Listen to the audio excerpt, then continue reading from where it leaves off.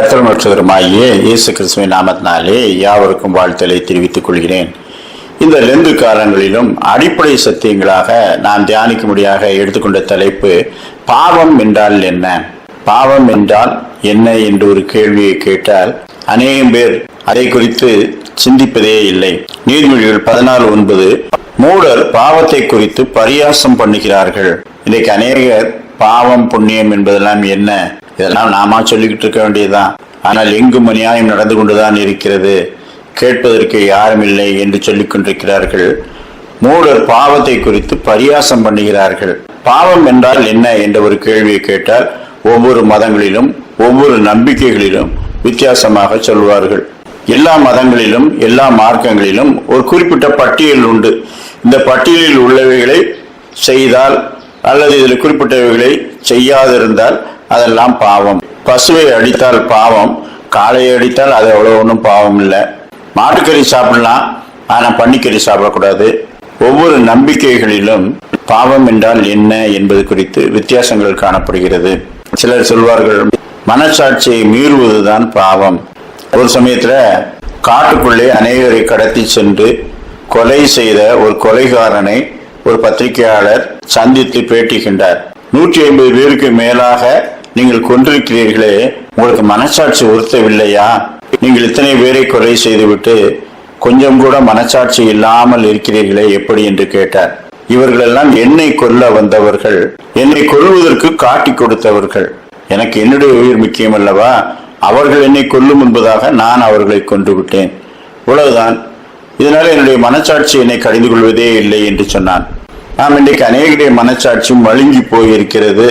ஏனென்றால் தீமைகளை திரும்பி திரும்பி செய்து பாவத்தை குறித்து பயப்படாமல் இருப்பதனால மனசாட்சி அது கர்த்தர் தந்த தீபம், அது மங்கலாக எரிந்து அநேகருக்கு அணைந்து போய் விடுகிறது.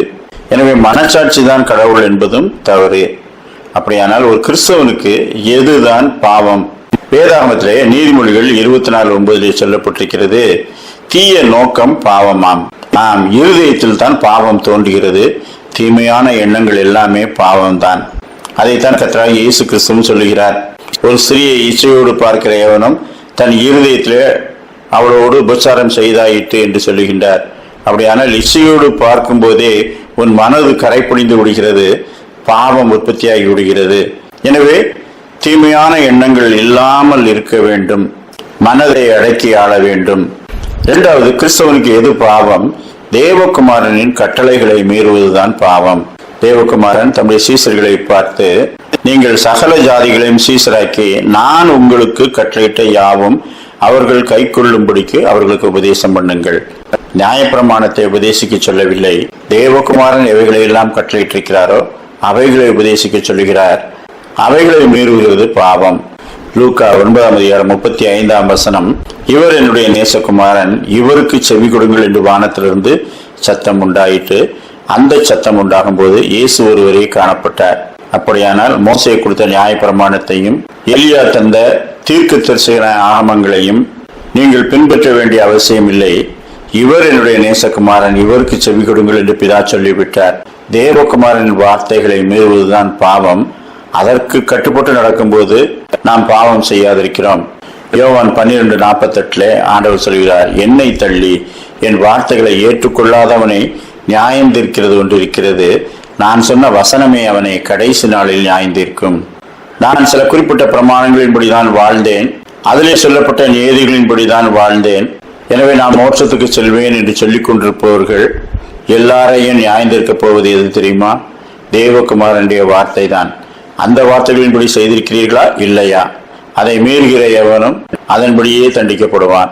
நான் சொன்ன வசனமே அவனை கடைசி நாளில் நியாயந்திருக்கும் என்று சொல்லுகின்றார். மூன்றாவது, கிறிஸ்தவனுக்கு பாவம் எது? தேவ ஆவியானவர் நமக்குள் இருந்து சொல்லுகிறவைகள் தான் நீதியானவைகள், அதை மீறுகிறது பாவம். யோவான் 14:26 என் நாமத்தினாலே பிதா அனுப்ப போகிற பரிசுத்த ஆவியாகிய தேற்றரவாளனே எல்லாவற்றையும் உங்களுக்கு போதித்து நான் சொன்ன எல்லாவற்றையும் நினைப்பூட்டுவார். 1 யோவான் 2:27 நீங்கள் அவராலே பெற்ற அபிஷேகம் உங்களில் நிலைத்திருக்கிறது, ஒருவரும் உங்களுக்கு போதிக்க வேண்டுவதில்லை. அந்த அபிஷேகம் சகலத்தையும் குறித்து உங்களுக்கு போதிக்கிறது. அது சத்தியம், அது பொய்யல்ல. அது உங்களுக்கு போதித்தபடியே அவரில் நிலைத்திருப்பீர்களாக. தேவ ஆவியானவர் நமக்குள்ளே கொடுக்கப்பட்டிருக்கிறார். இது மனசாட்சியை விட பெரிதானது. தேவனுடைய வசனங்களை நமக்கு நினைப்பூட்டி நாம் செல்லுகிற பாதையெல்லாம் நம்மை வழி நடத்துகிறவர் தேவ ஆவியானவர். அவருடைய சத்தத்துக்கு கீழ்ப்படிய வேண்டும். இந்த உலகத்திலே பாவங்களை குறித்த பட்டியலிட்டு கொண்டே போகலாம். ஒருவர் கேட்டால் சினிமா பார்க்கக்கூடாது என்று பைபிள்ல போட்டிருக்கா? குறிப்பிட்ட பானங்களை பருகக்கூடாது என்று வேதாகமத்திலே போட்டிருக்கிறதா? போடவில்லை.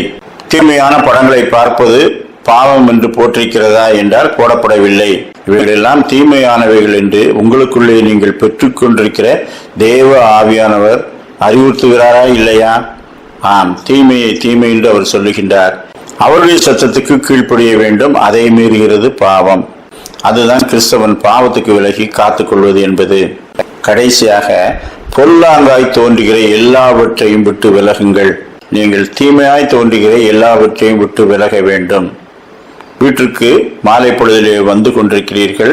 வாசலிலே ஒரு கயிறோ பாம்போ கிடக்கிறது. அது கயிறு தான் என்று சொல்லி துணிகரமாய் தாண்டி செல்வது புத்திசாலித்தனமா? பாம்பு என்று சொல்லி அதற்கு எச்சரிக்கையாய் இருந்து அதை துரத்தி விடுவது புத்திசாலித்தனமா? பாம்பு என்று நினைப்பதுதான் புத்திசாலித்தனம். அது ஒருவேளை கயிறாய் இருந்தால் ஆபத்து ஒன்றுமில்லை. ஆனால் கயிறு என்று நினைத்து அது பாம்பாய் இருந்து விட்டால் ஆபத்து. எனவே பொல்லாங்காய் தோன்றுகிற எல்லாவற்றையும் விட்டு விலகுங்கள் என்று சொல்லுகின்றார்.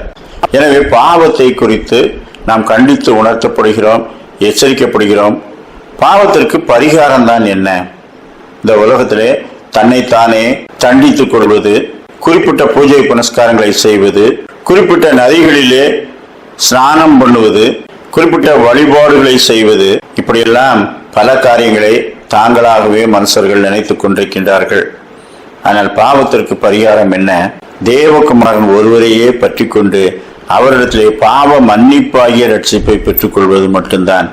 அவரை விசுவாசிக்கிறவன் ஆக்கினைக்குள்ளாக தீர்க்கப்படான்.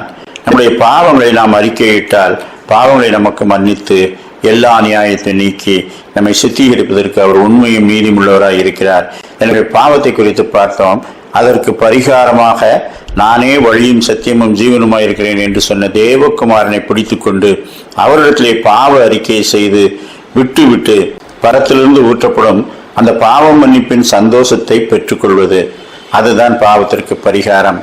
இந்த 2 நாட்களிலும் பாவத்திற்கு பரிகாரத்தை செய்ய நம்மை கர்த்தர் அழைக்கின்றார். அவரை ஏற்றுக்கொண்டு புதிய வாழ்க்கையை துவங்குவதில் தான் பாவத்திற்கு பரிகாரம் இருக்கிறது. அதை செய்திருக்கிறோமா? கர்த்தர் தாமே நமக்கு பாவ மன்னிப்பாகிய ரட்சிப்பை தந்தருள்வாராக. ஆமேன். ஜெபம் செய்வோம். இரக்கமுள்ள பிதாவே, பாவம் என்றால் என்ன? அது ஒரு பட்டியல் அல்ல. அது குறிப்பிட்ட நபர்கள் எழுதி தங்கள் விருப்பப்படி வடிவமைத்துக் கொண்டதல்ல. தேவ ஆவியானவர் எங்களுக்குள்ளே இருந்து போதித்து நடத்துகிறவைகளை மீறுகிறது தான் பாவம். பாவத்தை உணர்கிற உணர்வு தேவகுமாரனுடைய வெளிச்சத்துக்குள்ளே வரும்போது மட்டும்தான் வரும். பாவ அறிக்கையை செய்து பாவ மன்னிப்பின் நிச்சயத்தை பெற்றுக்கொள்ள எங்களுக்கு நல்ல இரக்கங்கள் கிடைக்கும். அப்படிப்பட்ட இரக்கங்களை நாங்கள் தேட பெற்றுக்கொள்ள எங்களுக்கு நல்ல கிருபைகளை தந்தரல வேண்டும் என்று கர்த்தரும் இரட்சகருமாகிய இயேசு கிறிஸ்துவின் மூலமாய் வேண்டிக் கொள்கிறோம். சாமி. ஆமேன்.